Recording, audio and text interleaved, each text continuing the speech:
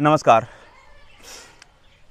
राष्ट्रीय स्वयंसेवक प्रमुख मोहन भागवत ने नागपुर में जो वार्षिक आयोजन होता है दशहरे के अवसर पर, उस अवसर पर जिस प्रकार से राष्ट्रीय जनसंख्या नीति के लिए भी उन्होंने जो बातें कही और रोजगार से जुड़े हुए जो उन्होंने बातें कही, निश्चित रूप से एक समाज के में समरसता स्थापित करने के दिशा में एक पहल है। जिस प्रकार से आरएसएस प्रमुख मोहन भागवत ने कहा कि एक ऐसी अल्प जनसंख्या नीति होनी चाहिए जिसमें सभी धर्मों को एक समान दृष्टिकोण से देखा जाए, और अगर जनसंख्या नीति सही बनी तो समाज में समरसता आएगी। और उन्होंने किसी एक विशेष समुदाय का नाम लिए बिना इस बात के लिए कहा कि जनसंख्या नीति किसी धर्म के विरुद्ध नहीं होनी चाहिए।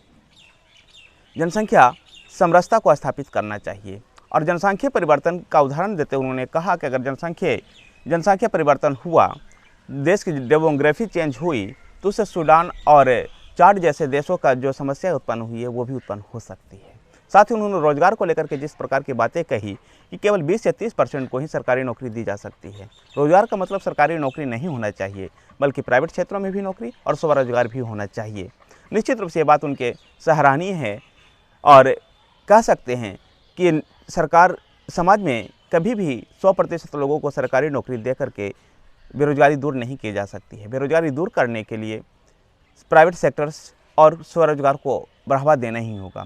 आरएसएस प्रमुख मोहन भागवत का बयान इसी ओर है। मोहन भागवत के इस बयान को लेकर के भी राजनीति में भी कोहराम मच गया, जहां एआईएमआईएम प्रमुख असदुद्दीन ओवैसी ने कहा कि मोहन भागवत का ये बयान हिंदुओं के हित में है और मुसलमानों के हित में है। तो दूसरी तरफ लालू प्रसाद यादव ने भी तंज कसते हुए कहा कि ये सरकार चुनाव के समय तो 2 करोड़ लोगों को नौकरी देने की बात करती है और बाद में इसको जुमला बना करके छोड़ देती है। लालू प्रसाद यादव इस मौके का फ़ायदा उठाना चाहते थे और इसलिए उन्होंने इस प्रकार से तंज कसा। कांग्रेस भी और मोहन भागवत के बयानों के ऊपर तंज कसने से पीछे नहीं रही।